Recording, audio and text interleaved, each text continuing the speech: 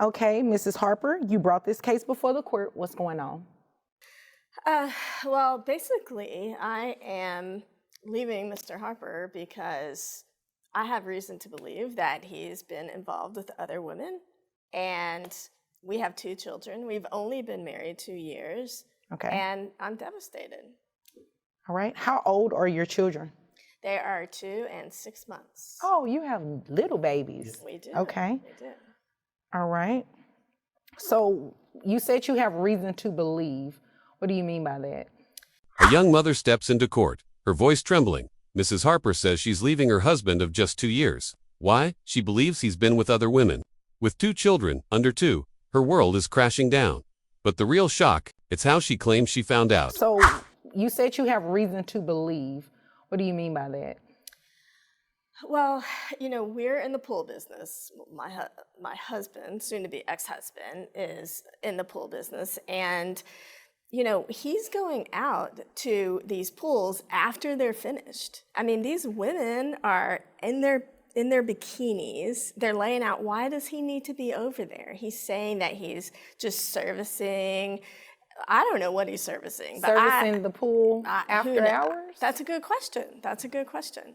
So, yeah, I mean, I looked at his phone one day. I mean, it was just because I needed to check on something because I'm in the business too. I'm the secretary. Okay. Mrs. Harper says her husband's in the pool business, but she swears he's been making more than service calls after hours, visiting women in bikinis, lounging by the water. And when she checked his phone as the company's secretary, what she found raised even more suspicion. It was just because I needed to check on something because I'm in the business too. I'm the secretary. Okay. And there's these women, these customers that are texting him. And I mean, I can't even repeat what some of these texts The customers that are in the swimsuits? So they're the women of these pools that have been put in, and they're texting him long after the pools have been put in. Oh, my. Yeah. Okay. And so what are you seeking here today? Well, basically, I just can't bring my children up in this kind of situation. According to Mrs. Harper, the messages she saw from his customers were so inappropriate she can't even repeat them in court. These women, still texting him long after the pools were finished, she says. She refuses to raise her children in this environment, but her demands will push the tension higher. Basically, I just can't bring my children up in this kind of situation. And I basically want to leave with the children. And, he makes a lot of money. Our business makes a lot of money. But when I leave, I'm not going to have that. So I need to keep the lifestyle that my children and I have had. They go to private school, and we have a nanny. And so I need to continue that so that their lives aren't disturbed. And we live in a house, $500,000, and I need to maintain something similar so that it's not a big adjustment for any of us. Okay. She wants out, but she says her children's lifestyle must stay exactly the same. Private school, a nanny, a $500,000 home. She's determined to maintain it all, and she says her soon-to-be ex should foot the bill. But how much will that cost him? Similar so that it's not a big adjustment for any of us. Okay, let me ask you a couple of questions. Private school, do you all pay tuition for that? Yeah, yes. Okay. How much is it? If you were to break it down monthly, because I know tuition sometimes isn't a monthly thing. It's about $1,800 a month. $1,800. What kind of private school is it? It's a good private school. Oh my gosh. They teaching the baby how to drive? Well, the baby's not there yet, but he will Well, be. the 2-year-old, right? Well, that's still a baby for $1,800. It's a tuitional. I mean, you grow with the school, so. Does the tuition payment grow too? No. Oh, okay. So it stays at $1,800. Yeah. Okay. The judge can hardly believe it. $1,800 a month for private school. For a toddler, Mrs. Harper insists it's worth it because the children grow with the school. But the bigger question, will her husband be forced to keep paying for it after she leaves? Does the tuition payment grow too? No. Oh, okay. So it stays at $1,800. Yeah. Okay. Once they're accepted, they're accepted. Okay, I follow you now.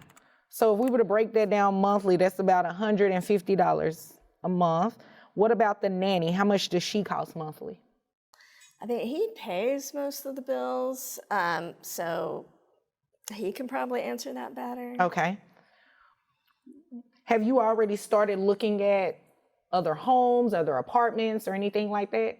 Yeah, you know, there's a couple other homes in the neighborhood that I'd really like to move into. I think that would be the least disruptive to me and to the kids. Okay. She admits she's already been house hunting. In the same upscale neighborhood, of course anything less would be disruptive. The judge asks about costs, and the numbers are dropping. But Mrs. Harper isn't stopping there. Her next request leaves everyone in the courtroom I stunned. think that would be the least disruptive to me and to the kids. Okay. So, yeah. And Would you be renting out those homes? basically, I would like to buy one Okay. so that we can maintain the same lifestyle that we've had. Okay. If you were to buy a home, the homes that you were looking at, what are you looking at on mortgage? About $3,000 a month. Okay. But again, I mean, I would think he would need to pay the majority of that. Okay. So you want him to buy you a home, you and the children a home? I mean, I would call it spousal support. Okay. All right.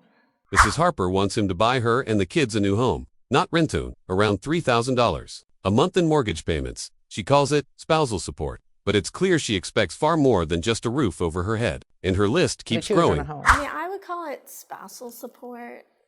Okay. All right. What about any other bills that you would potentially have to pay? So, you know, I think he should keep paying for the nanny and the private school. Okay. And, you know, I have been only working part-time. And of course, I would not want to keep working in the business with him and these customers who are still coming around. So I would have to find a job, and that could take a really long time. So I would think he should pay everything until I find something where I can work part-time. Okay. All right. Is there anything else you want me to know before I move over to him? Private school, the nanny, every bill paid by him. She's been working part-time, but says she quit the business to avoid his customers. Until she finds a new job, she claims he should cover everything. But will the judge see this as fair or pure financial revenge?